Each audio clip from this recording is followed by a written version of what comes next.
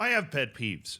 Everybody has pet peeves. That's probably not a big surprise that the interminable Zealandism, has pet peeves as well.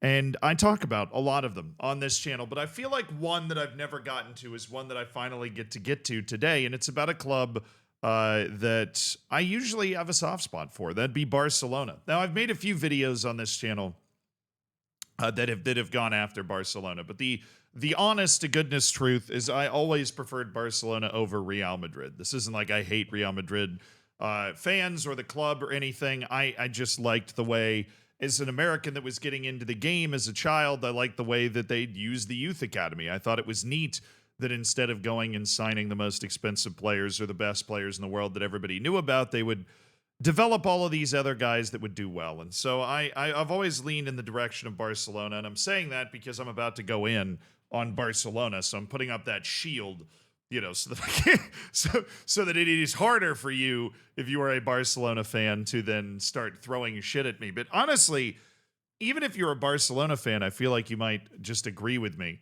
on this one, because this pet peeve really is people that act like they're basically people that are disrespectful. I mean, if you want to boil it down completely, but this happens more and more. Certainly in the world that I live in, streaming on Twitch, making YouTube videos, making Instagram reels and TikToks and stuff. In that world that I definitely inhabit, it becomes a particularly large problem where people get a little too big for their britches. Right? People start thinking they're a little too important and start treating people that they don't think are important like complete shit.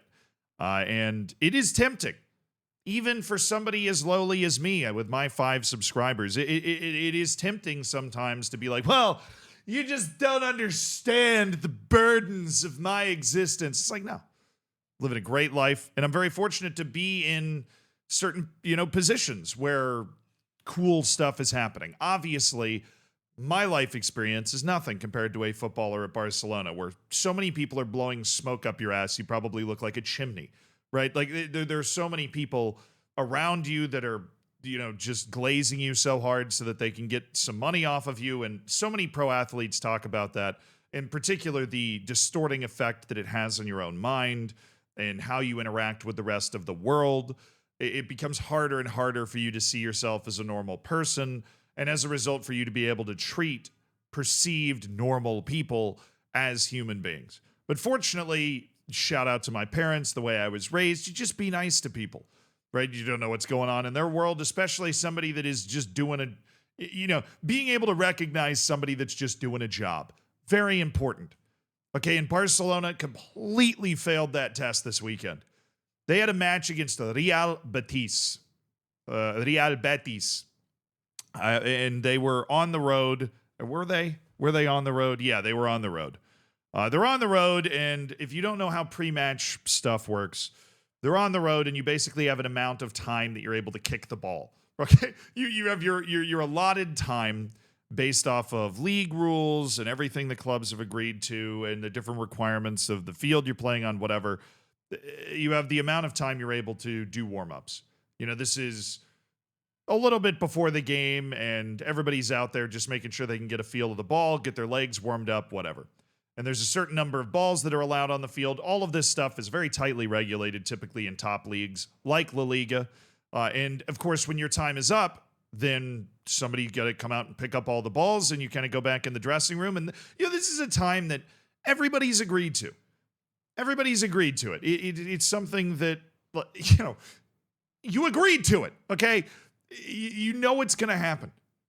You know it's going to happen. It's not the first time it's happened. There's going to be some dude coming around trying to collect the balls. But for whatever reason, and you see this happen in sports, this happens in the NBA too, where somebody will just want to stand there and keep working on their free throws, and all of a sudden they're just shitting all over, 15 minimum wage workers that are just trying to go home, right? And that sort of vibe kind of happens here. First, it's Raphinha, right? Who's had something of a breakout season. Raphinha has become a very, very important part of a Barcelona team that has obviously had a very good year so far. And apparently along with that, he's just become a little annoyed or maybe a little abrasive. I don't know. Maybe he woke up on the wrong side of the bed today. Maybe he hasn't taken a shit in 3 days. You don't know these people's lives. Clearly, Raphinha's in something of a bad mood, or he needs to work on an extra shot or two, because he's standing here, just taking shots, normal, I'm Barcelona warm-up stuff.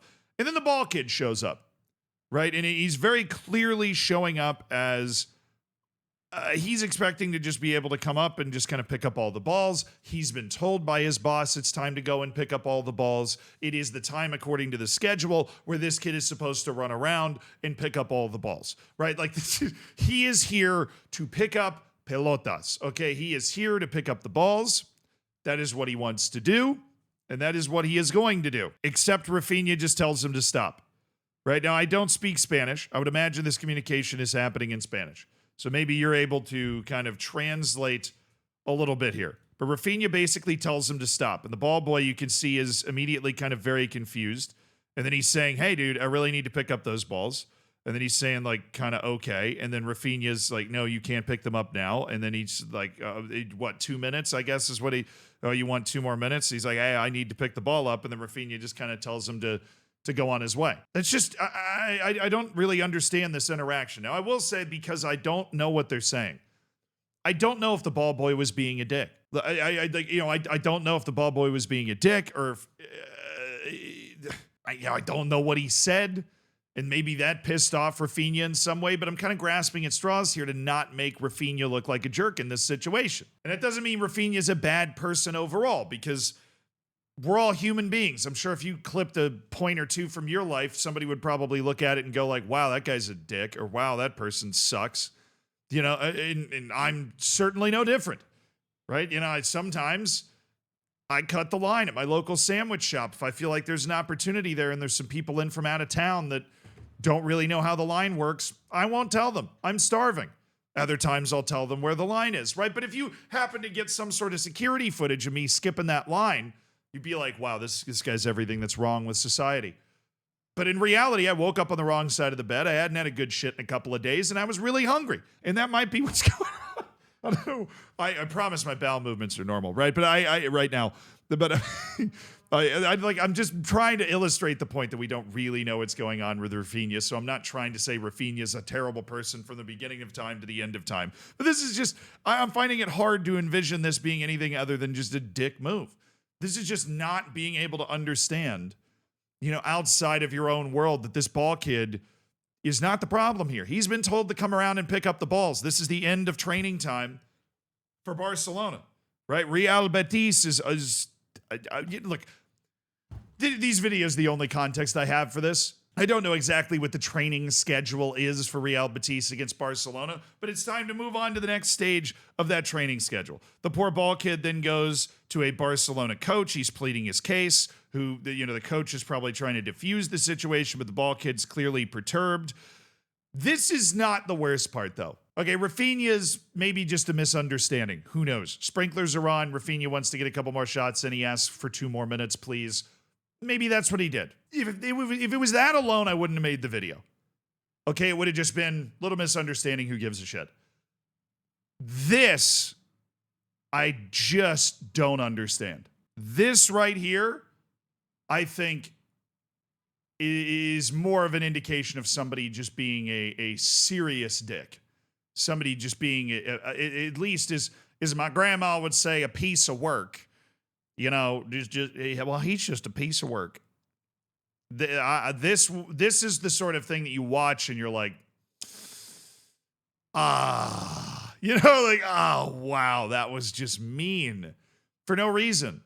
Far as we can tell, again, we don't know what was said. Maybe he said, and your mother, maybe the ball boy was talking mad trash, but just being mean to people that you can abuse and be mean to for no reason.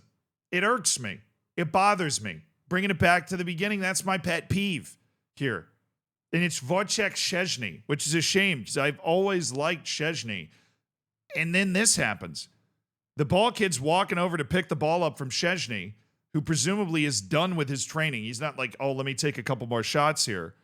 And Szczęsny just, bro, really? We're pump faking the ball kid who's just doing his job We're trying to embarrass the ball kid in front of a half full stadium of people. And it's not just that. He's got a peanut gallery in the background. This guy back there, you see, he's laughing about it right there. And apparently this is this is Gerard Martin, who's laughing in the background. I don't know. Maybe they're like hazing the ball kid. Does the ball kid play for Barcelona? Right? But I'll be honest. Based off the way that I understand how these things work, I don't necessarily think that's the case. Right? I think this is a ball kid that works at the stadium, that works for Real Betis, because Real Betis is the home team in this instance. And that's not it. I mean, the ball kid's, he walking up thinking he's got the ball the second time, and he does it again. He does it again. And then he drops it on the ground. Like, dude, this is what you do when you're giving a throw-in to the other team after somebody just tried to 2-foot you. This is not what you do to a ball kid before the game when you're some semi-retired goalkeeper that came out of retirement to play fucking 0 minutes this year. All right, Szczęsny, seriously. Like, all you have to do is ride off on top of your millions into the sunset. You came back to play at Barcelona. You're not playing. You're probably very frustrated by that. But, I mean, this is just so unnecessarily mean based off the way I'm seeing it right now. Right? Maybe there's a different pair of glasses I could be wearing to look at this situation differently. But just bullying the ball kid as you run off the field. Why? It's just being mean for the sake of being mean. Being mean because you feel like you're in that position of power. Just nasty work from Barcelona here. And deservedly so. They drew the match 2-2. Karma is real, baby. 94th minute goal from Diao. Now, Barcelona's still having a fantastic season. They're still running top of the league. But with that draw, Real Madrid, if they win their match in hand, they go back top. So it's going to be a great race in the Liga, but Barcelona's attitude might have cost them 2 points there. I'm just saying.